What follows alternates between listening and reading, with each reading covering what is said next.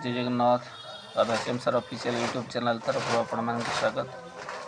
प्रश्न अच्छी जदि दुईटी संख्यार लसागु 16 और से द्वयर गुणफल 80 हुए तेज तार गसागु निर्णय कर। देखूँ ये कमी करें पूरा सहज उपाय आम करवा। देखूँ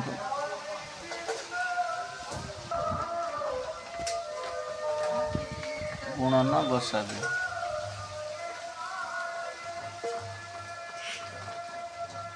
समान संख्या द्वयर गुणफल। लसागु के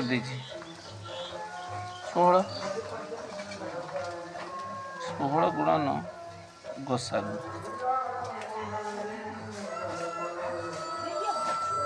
समान के संख्या द्वयर गुणफल के 80।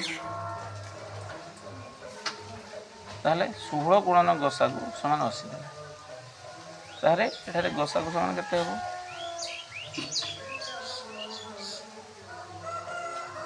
80 डिवाइडेड बाय 16। ताहले 16 के 16 16 पंचा 80 5। ताहले एठारे एठारे 5 हेबो कंप्लीट।